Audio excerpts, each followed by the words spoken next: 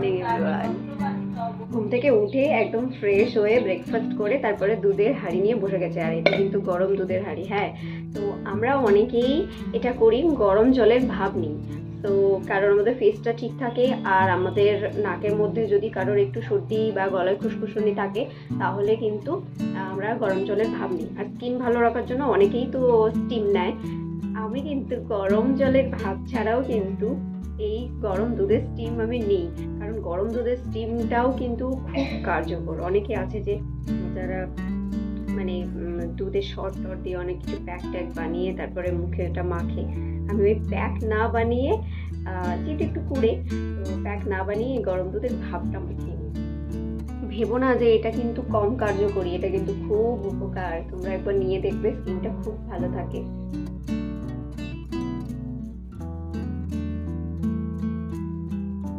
তো স্টিম নেওয়া হয়ে গেছে, 10 মিনিট স্টিম নিয়েছি। এবার একটু দুধে হলুদ দিয়ে খাবো, কারণ হলুদ দুধ আমাদের স্কিনের জন্য, আমাদের শরীরের জন্য সব রকম কারণে প্রচন্ড পরিমাণে উপকারী, এটা আমরা সবাই জানি।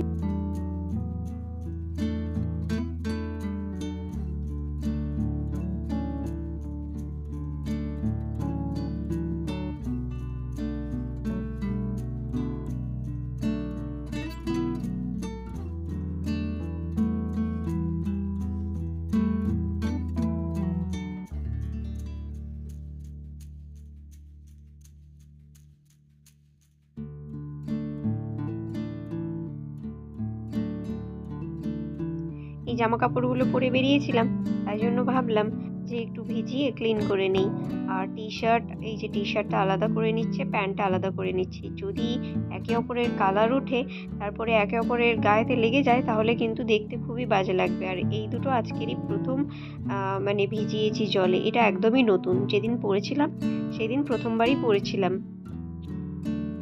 দেখলাম যে টি শার্টটার একদমই কালার ওঠেনি, কারণ টি শার্টটা ট্রেন্ডস থেকে নিয়েছিলাম আর এই প্যান্টটা নিয়েছিলাম এমনি নর্মাল মার্কেট থেকে। তো দেখলাম প্যান্টটার কালার উঠেছে, হালকা সামান্যই উঠেছে, কিন্তু উঠেছে, কিন্তু টি শার্টটার একদমই কালার ওঠেনি।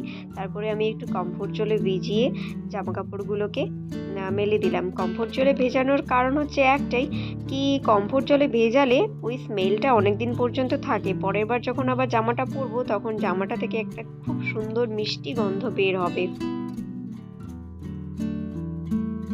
জামা কাপড় ক্লিন করে এবার স্নান করতে যাওয়ার পালা।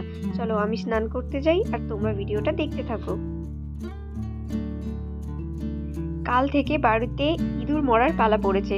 আজ পর্যন্ত 3টে ইঁদুর। মা এখন খাটের নিচে ইঁদুর খুঁজছে, আর ইঁদুরটাতে এত পিঁপড়ে ধরেছে যে আমাদের খাটের বিছানার মধ্যেও পিঁপড়ে চলে এসছে। চলো আমি স্নান করে এখন ফ্রেশ হয়ে চলে এসেছি, আর এরপরে একটু লাঞ্চ করার পালা।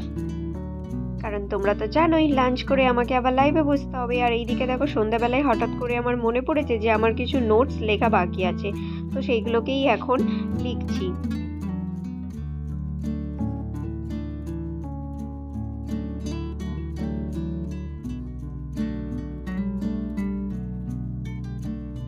চলো এখন নোটস কমপ্লিট করে আমি রাতের ডিনারে বসে গেছি। এই যে সেরা খাবার, গরমের জল ঢালা ভাত, আর তার সাথে রয়েছে পেঁয়াজি।